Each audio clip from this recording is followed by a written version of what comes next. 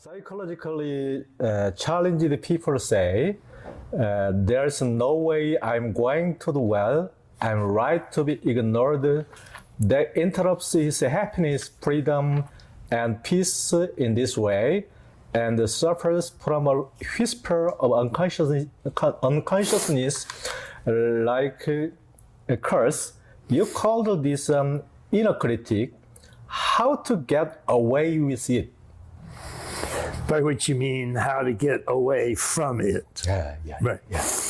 Well, basically, it's mindfulness with judgment.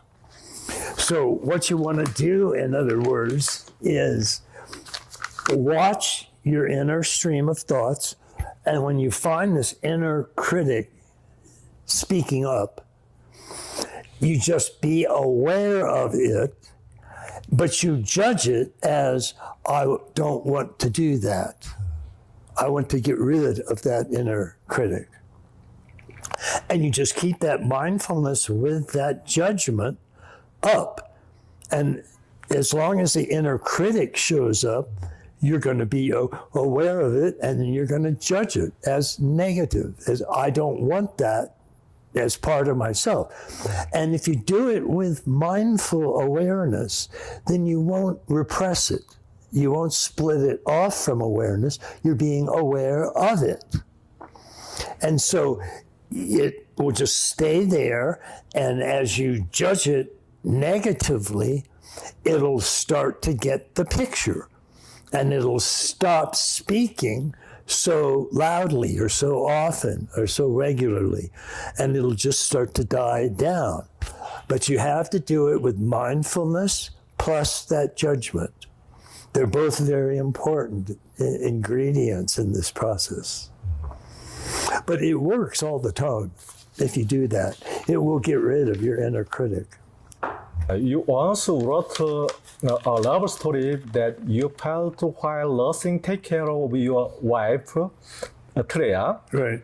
who died of cancer for 5 years in a book called Grace and Grit. Right. Cancer pain or the reality that we have to eventually die is hard enough, but patients and their families often struggle more with psychological pain. What do you want to tell them? Basically, the response is love. Just simply love. And love anything and everything. It's an unconditional love.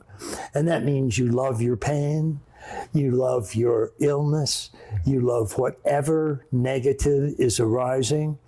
You don't push it away, you don't try to hide it, you just love it. You're one with it. Because love basically is to be one with the thing you love. You want to embrace that person or that thing. You want to include it. You want to integrate it. And so when you love, it's also, it's another way of talking about having no head. Because when you love everything that you're aware of, and you really love it, then you're becoming one with it. Because that's why you love it. You feel this oneness with it. And ultimately, you're one with everything because you are the ground of all being. Your real self is this ground of all being. And that's just another way of saying is love, because it embraces and loves everything that arises. Most of the other ways that I've been talking about are sort of non-emotional ways, like witnessing or having no head.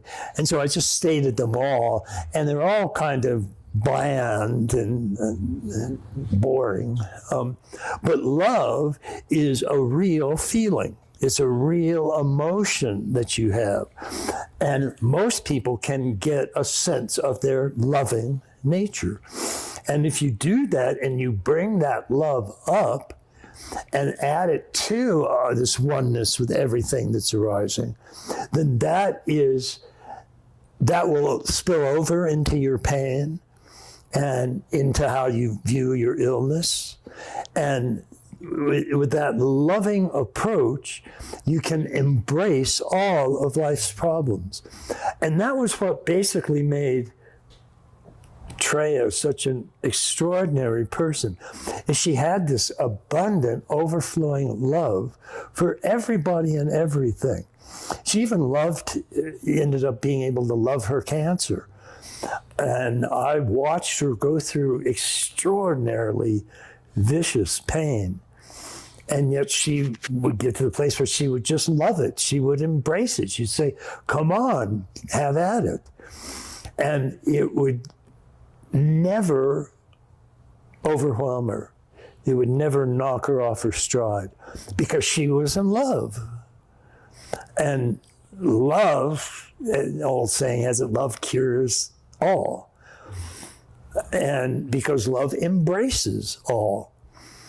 And this is just another way of what we've been talking about all along, which is this ultimate unified ground of all being. Well, that's another word for love. Love of all being.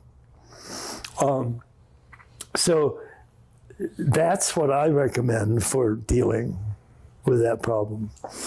And it'll spill over into all areas of your life. And you'll find yourself loving everything that arises, including pain or even cancer.